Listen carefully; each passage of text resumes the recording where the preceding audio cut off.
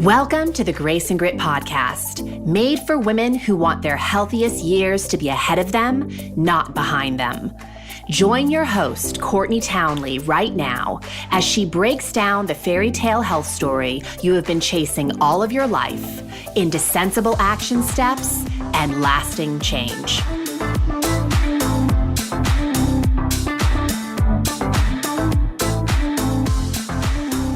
Welcome to the Grace and Grit podcast. This is your host, Courtney Townley. Thank you so much for being here.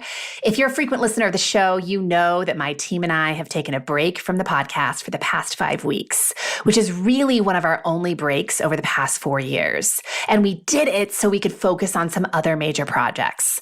And well, we're back. And I got to tell you, I really miss the show. I love doing this show every week. And I just want to say thank you from the bottom of my heart for being here, because without listeners, I wouldn't even have a show to produce. I'd be speaking to no one, and that would really just take all the fun out of it. Now, if you're new to the Grace and Grit podcast, I want to welcome you. I hope you love the show today. And I also want to let you know that we run the Grace and Grit podcast on monthly themes. And our theme for the month of November is Elevate, how to move your life to higher ground. I chose this theme very specifically for this time of year because 2020 is just around the corner, my friends.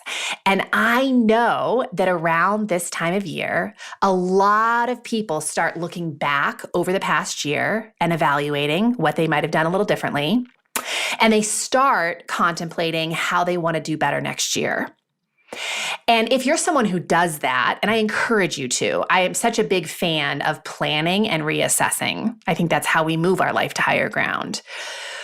But as you do that, I really want to arm you with some tools and concepts for going into 2020 a little differently next year. And even to help you kind of shift your perspective on how to move yourself to higher ground next year.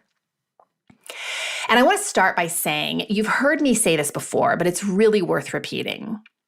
I'm a big believer that the purpose of the human experience is to expand and evolve. I believe we are not meant to stay stagnant. Stagnation is death, ultimately, and movement is the opposite. It's life.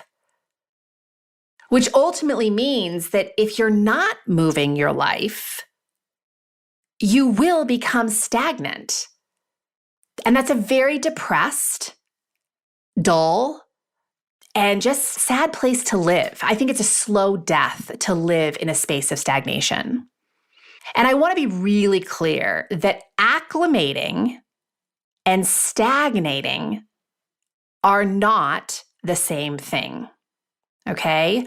Acclimating is when you have spent time and energy moving your life to higher ground over a period of time, and then extending yourself grace to let your mind and body adjust for a while at that higher altitude before moving on.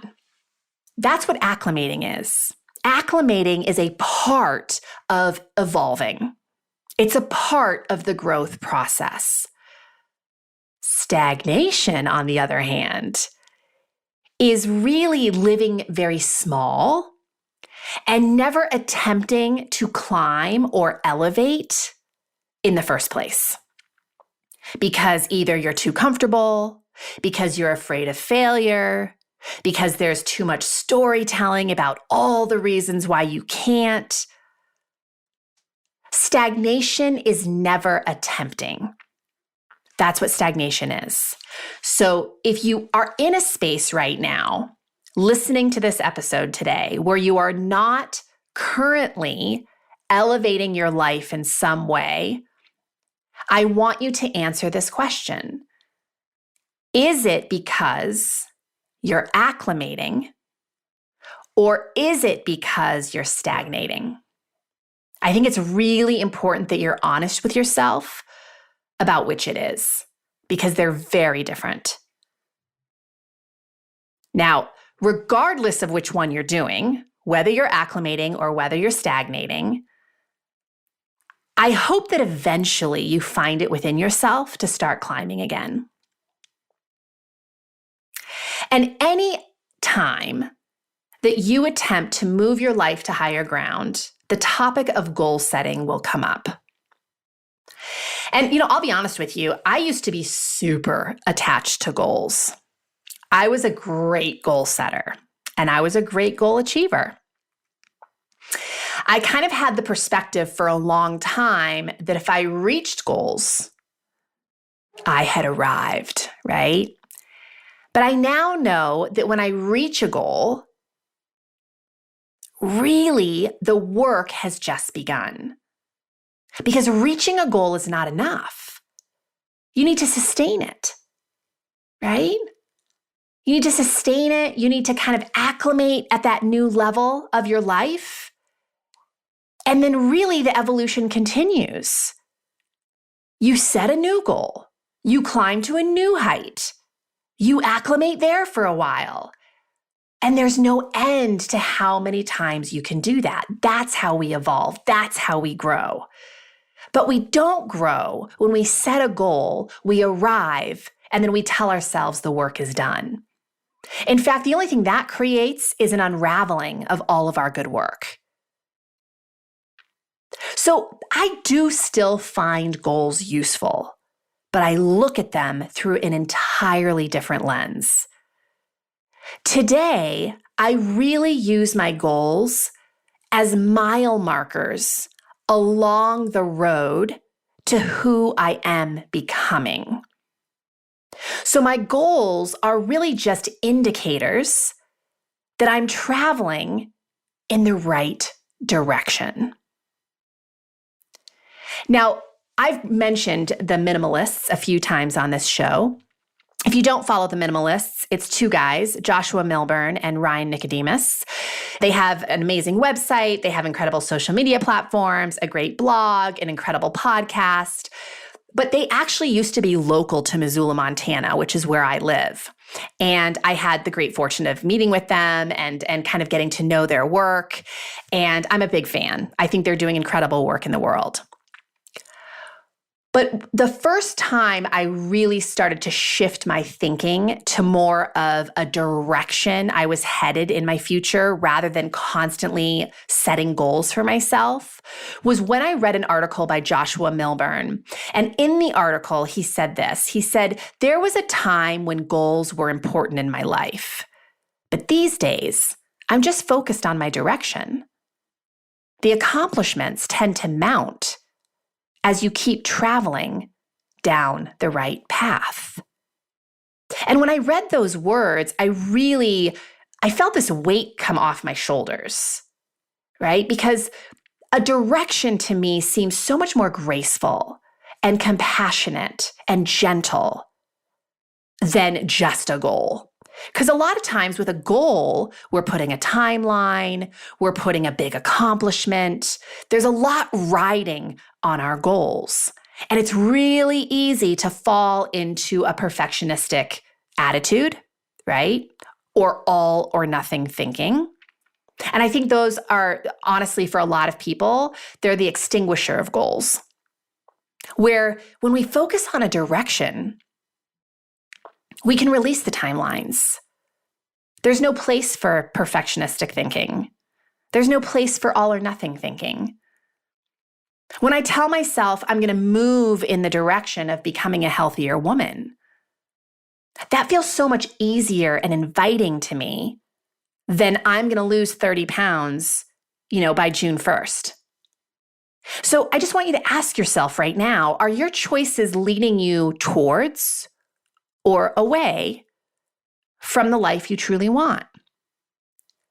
And if you identify that your choices are leading you away, well, you've just, made it clear to yourself that you're not moving in the right direction.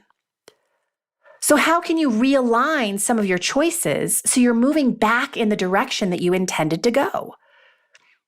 I love looking at my goals through that perspective.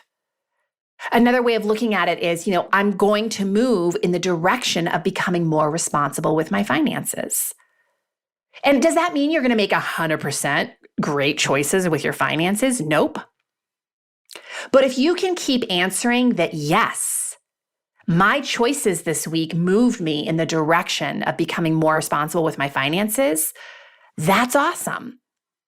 Keep going that direction and keep reassessing. It's like checking the compass, right? When you're traveling through the woods, are you still going north? If not, you don't stop in the woods and pitch a fit and tell yourself you're a failure and you just can't keep going.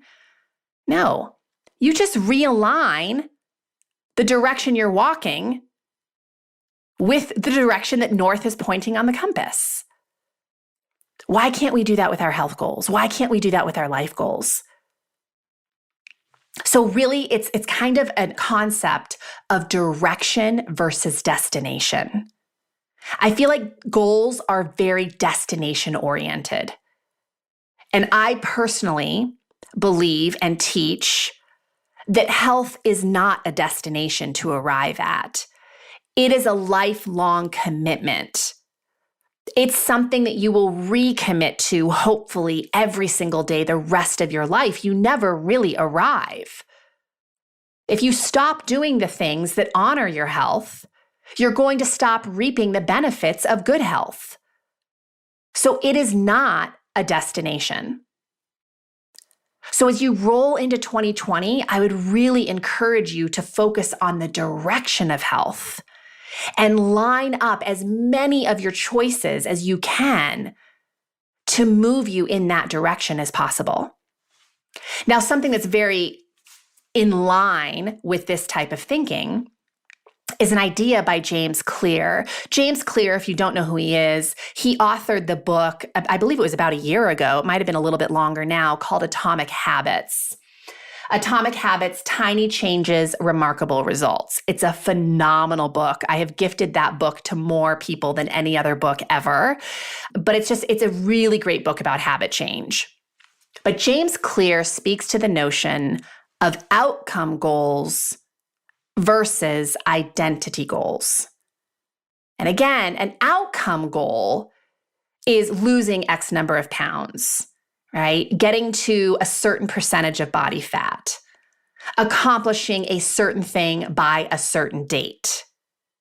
Where an identity goal is really who you are. It's more about who you are becoming. It's literally about changing your identity. And just to give you a little bit more context around that, the choices you make every day are really determining who you're becoming. And if you don't like who you're becoming, you have the awesome option to change. Because remember, that is the power and brilliance of neuroplasticity. Your brain has the ability to rewire, to learn new skills, to learn new behaviors, to develop new habits. And ultimately, your habits are your identity. The things that you do day in and day out shape who you are. Your daily choices right now are likely reactions based on how you've been living your life for many, many years. So you've literally programmed your brain to behave in a particular way, which has become your life experience, which has ultimately become your identity. Now, James Clear says that your identity shapes your habits, and your habits shape your identity. True behavior change is identity change. You start a new habit because of motivation, but you stay consistent when it becomes a part of your identity. And come on, what we're all really craving is not just to accomplish something, but to be consistent in the thing that we accomplish. Because how gratifying is it to lose weight if you just unravel all your good work and go back to where you started? How gratifying is it to, reach a financial goal and then unravel all your work and be back at the bottom where you started. Accomplishing goals is not enough. We need to learn how to engage with behaviors that keep us consistent with the actions that allowed us to accomplish the goal in the first place. So here's the difference between an outcome goal and an identity goal. And these are literally referenced directly from James Clear's book. He says, the goal is not to read a book. The goal is to become a reader. The goal is not to run a marathon. The goal is to become a runner. And again, he's comparing the difference between an outcome goal versus an identity goal. An outcome goal is reading a book, running a marathon, losing X number of pounds. An identity goal is becoming a reader, becoming a runner, becoming an active woman. Because when you become a reader, you are likely going to read a bunch of books along the way to becoming a reader.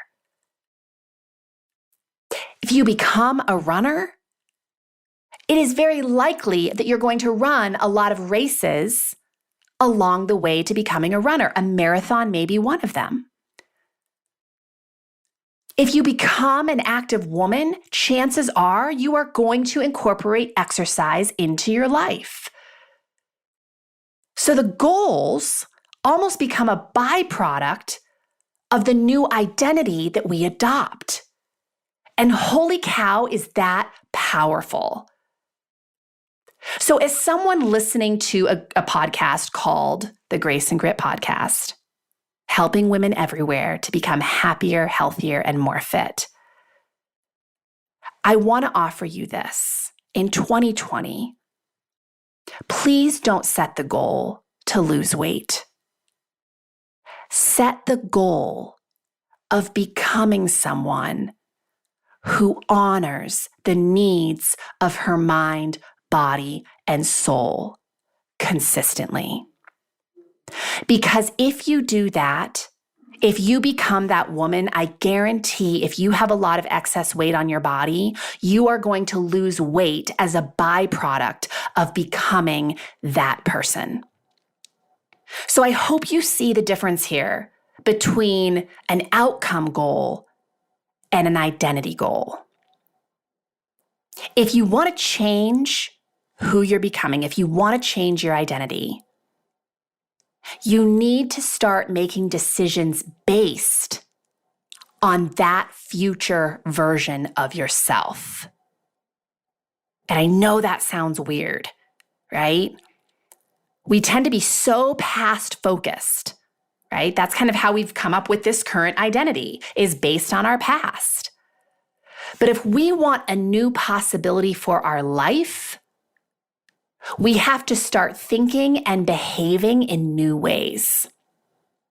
And that requires a lot of conscious thought and a lot of practicing as if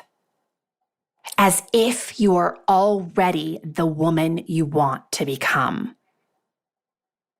So again, outcome goals are simply the momentary wins along the path to identity change.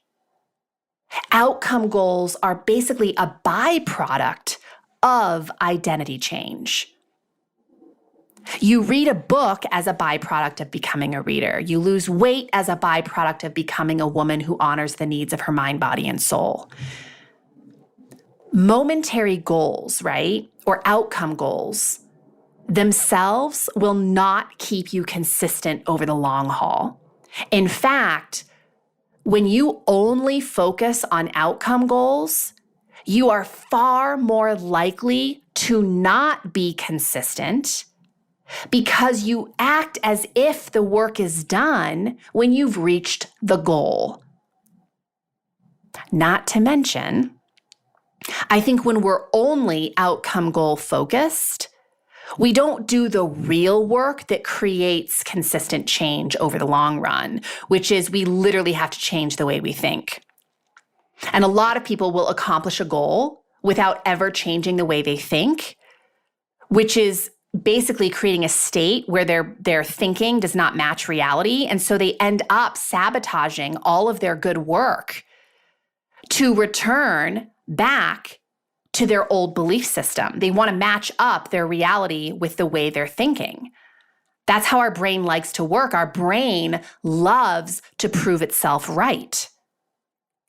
So if you don't change the way you think about yourself along the path to change, you're never going to sustain that change, which is why the failure rate is so ridiculously high in diet culture.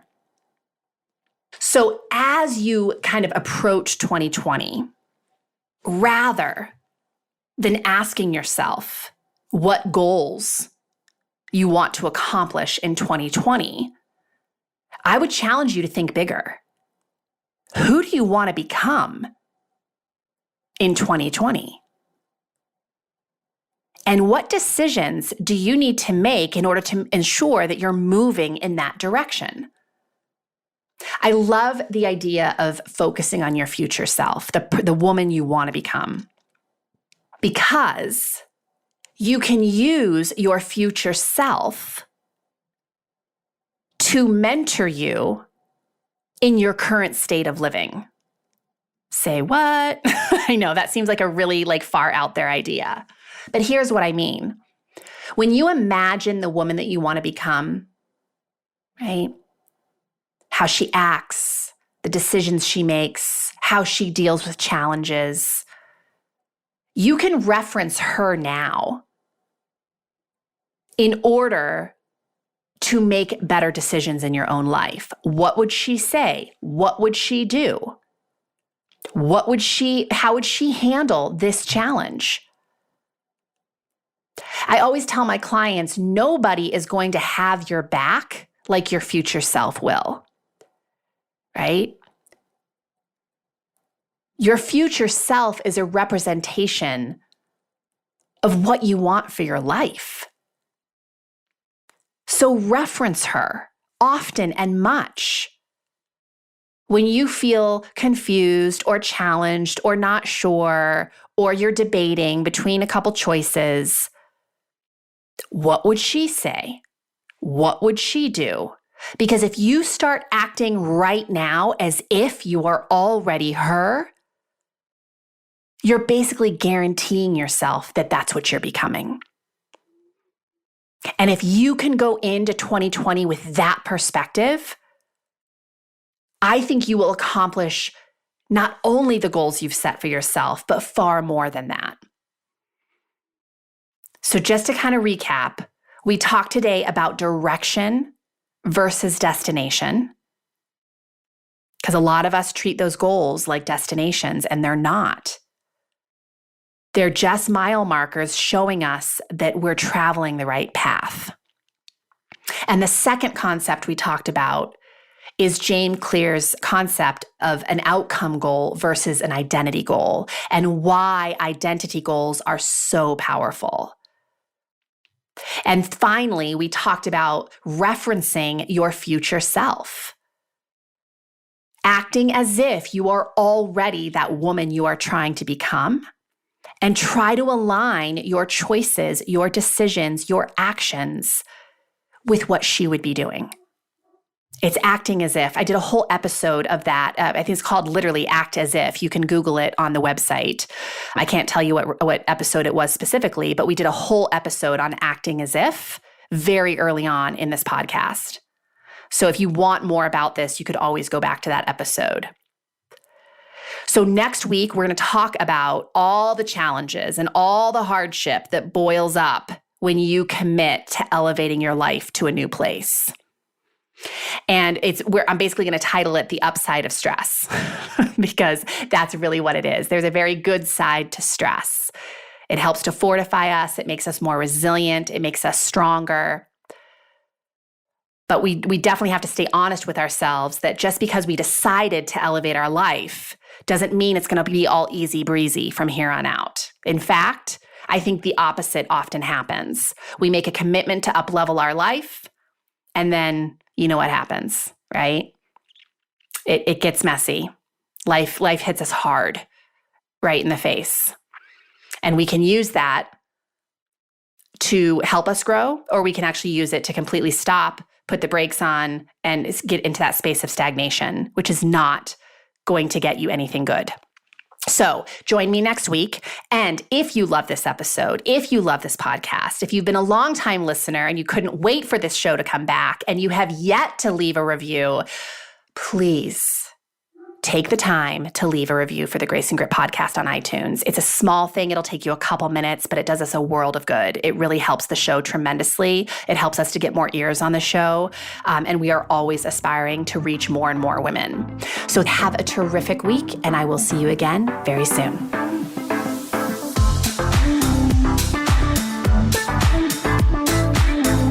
Thank you for listening to the Grace and Grit podcast. It is time to mend the fabric of the female health story, and it starts with you taking radical responsibility for your own self-care. You are worth the effort, and with a little grace and grit, anything is possible.